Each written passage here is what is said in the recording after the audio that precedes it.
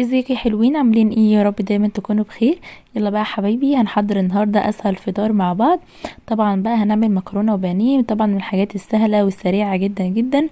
بصوا يا حبايبي، انا هنا معايا نص كيلو بانيه، انا كنت غسلاه كويس جدا بملح وليمون. خلاص، وسبته يتنقع شويه وشطفته تحت الميه. تمام. وبعد ما صفيته كويس جدا بقى هنعمله تتبيله حلوه قوي كده. انا معايا هنا بصلتين اتنين كده كبار فرماهم، حطيت عليهم بهارات ملح وفلفل اسمر وتوم وبصل بودر بس. وهحط دلوقتي ايه معاكم؟ الليمونه. مش بحط يا جماعه اكتر من كده على تتبيله البانيه. تمام. كل ما تتبيله البانيه تبقى اخف بتدي طعم احلى. خلاص، انه يعني ايه، هو بيبقى سلايز بسيط كده، بسيط قوي يعني، مش محتاج بهارات كتيره بقى زي الفراخ والكلام ده. خلاص. فانا كده ايه زي ما انتم شايفين كده، انا بقلب كده بقى البصله بايدي وبدعكها كويس جدا بالبهارات، وبطلع ايه ميه البصله كده عشان تدينا نكهه حلوه قوي في البانيه يعني لما يجي يتبل. خلاص. انا هنا بقى ايه بوريكم هنا البانيه، شايفين هنا نظيف وجميل جدا جدا، انا غسلاه كويس جدا. انا بمسك هنا بقى ايه قطعه قطعه كده، وبحط فوقيها البصل بالبهارات الجميله دي. طبعا بقى اللي بيحب يحط بهارات اكتر من كده براحته، بس انا بقول لكم التتبيله الحلوه قوي اللي انا بحبها الصراحه للبانيه. بحط هنا ايه كده شريحه شريحه، وبحط فوقيها تتبيله كده يا جماعه، شريحه البانيه بتمتص تتبيله حلو جدا، كل قطعه فيها بتتبل حلو جدا. انا هنا كنت خلاص خلصته. هنا بقى يا حبايبي بعد ما سبته فتره كده حلوه يتبل، انا هنا جبت هنا ايه بيضايه. ايه اللي حابب، اي حد مثلا بيحب يحط لبن فوق البيضه مفيش مشكله، انا بكتفي بالبيضه فقط. وبحط عليها شويه فلفل اسمر كده. تمام. وبقلب بقى ايه البيضه كويس جدا جدا كده.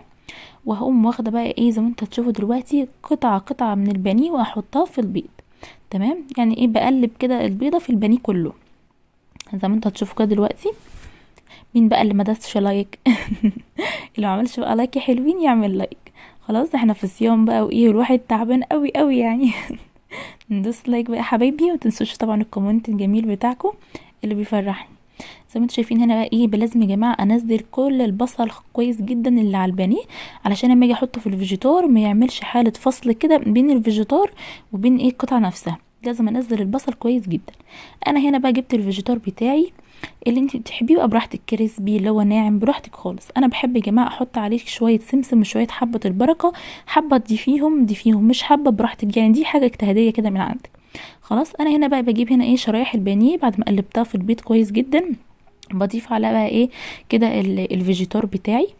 وطبعا يا جماعه بعد ما اضيف الفيجيتار لازم زي ما انتم شايفين كده بتك على ايدي كويس جدا جدا على قطعه البانيه. لازم اخلي طبقه الفيجيتار تقف عليها كويس جدا. وبعد كده بقى ايه بنفضها من اي بقى ايه زياده فيها كده من الفيجيتار زي ما انتم شايفين. وبعد يا جماعه ما اخلص الكميه دي كلها ادخلها التلاجة. بحب ادخلها التلاجة كده مده كده نص ساعه، بيبقى حلو قوي.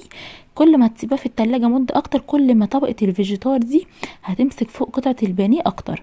جربوا يا جماعه الخطوه بتاعت انك تحطوها في التلاجة ديت تحفه جدا، هتحبوها قوي. بصوا حبيبي بقى، هناك طبعا انا كنت هنا بقى خلاص اسلق المكرونه. انا حطيت هنا ميه على النار بتغلي، حطيت عليها شويه زيت وشويه ملح زي ما انتوا شايفين كده. وهنسبك برضو دلوقتي برضو للمكرونه. انا هنا استخدمت النهارده مكرونه اللي هي القلم دي، انا بحبها قوي الصراحه. تبقى طعمها جميل. انا ايه بسلقها. طبعا احنا بنخليها إيه نص يعني 3/4 تسويه كده، انا هوريكم ازاي في الاخر. لازم يكون فيها يا جماعه المكرونه لازم يكون فيها عضه، ما تنفعش نهريها. خلاص. انا بقى هنا هعمل هنا ايه شويه مكرونه كده. انا يا جماعه هعمل المكرونه النهارده ساده، ومش هعملها لا بتوم ولا ببصل ولا بتوم وزعتر. انا عملتها معاكم قبل كده في القناه بتوم وزعتر. وهي كمان الصلصه الحمراء بتاعت المكرونه دي ممكن تتعمل باشكال كتير، ممكن تتعمل ببصل، ممكن تتعمل ببصل وتوم وبفلفل اخضر، كمان تعمل باشكال كتير جدا. ان شاء الله في المرات الجايه نعملها مع بعض. انا هنا حطيت على الصلصه شويه فلفل اسمر وشويه ملح وشويه كمون، وحطيت معلقه صغيره كده من السكر عشان خاطر ايه حموضه بتاعت الطماطم. خلاص. هقلبها دلوقتي بقى زي ما انتوا شايفين وهسيبها تتسبك. لازم تتسبك بقى ايه كويس جدا. خلاص. الطريقه دي سهله وسريعه، انا بحبها قوي كمان في المكرونه. انا هنا بقى ايه على ما الصلصه بقى تتسبك، انا كنت هنا قشرت بطاطس كده وبقطعها بقى معاكم. انا بحب الصراحه البطاطس جدا. طبعا الشعب المصري كله بيعشق البطاطس على السفره. على السفره الصراحه بتبقى من مقبلات جميله قوي قوي قوي. مفيش حد اسمه لا كبير ولا صغير ما بيحبش البطاطس الصراحه. انا هنا ايه قشرت كده بطاطس وطبعا وغسلتها وبقطعها معاكم. هنا بقى كانت المكرونه ما شاء الله كانت في الوقت ده كانت خلاص استوت. انا بوريكم هنا بقى بنعمل لها تيست كده. بوريكم هنا المكرونه.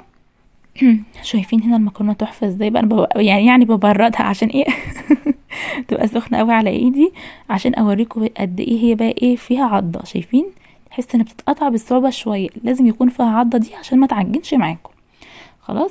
انا هنا كانت خلاص هنا الصلصه كانت قربت تتسبك، بقى لها حاجات بسيطه جدا. هسيبها تكمل التسبيكه بتاعتها. انا كنت حاطه هنا خلاص زيت بقى على النار علشان بقى ايه يسخن، وبهدي عليه. انا بعلي يا جماعه على الزيت بتاع البانيه اللي هقلي فيه البانيه اللي هو يسخن كويس جدا، وبعد كده ايه اهدي عليه بقى، اخلي درجه حراره متوسطه عشان خاطر البانيه بقى ايه يستوي كويس. انا هنا بعد ما طلعت البانيه بقى من التلاجة بقليه على درجه حراره متوسطه زي ما انا وريت لكم النار من شويه بس، ومش بقلب فيه كتير بقى غير اما ياخد لون من تحت وبقلبه. هتشوفوا دلوقتي. انتوا شايفين هنا كده اول ما خد لون خلاص من تحت بقلبه بقى. شايفين لونه؟ يا سلام على اللون الجميل بتاعه، اللون الذهبي الفاتح بتاعه القمر ده هو ده فعلا البانيه اللي يفتح النفس فعلا. طبعا بقى ايه بسيبه بقى طبعا يكمل سوا. انا كنت هنا حطيت برضو زيت هنا على النار علشان برضو هنقلي البطاطس مع بعض طبعا بقى قطعناها بقى لازم نقليها مع بعض. طبعا البطاطس دي يا جماعه بتبقى جميله قوي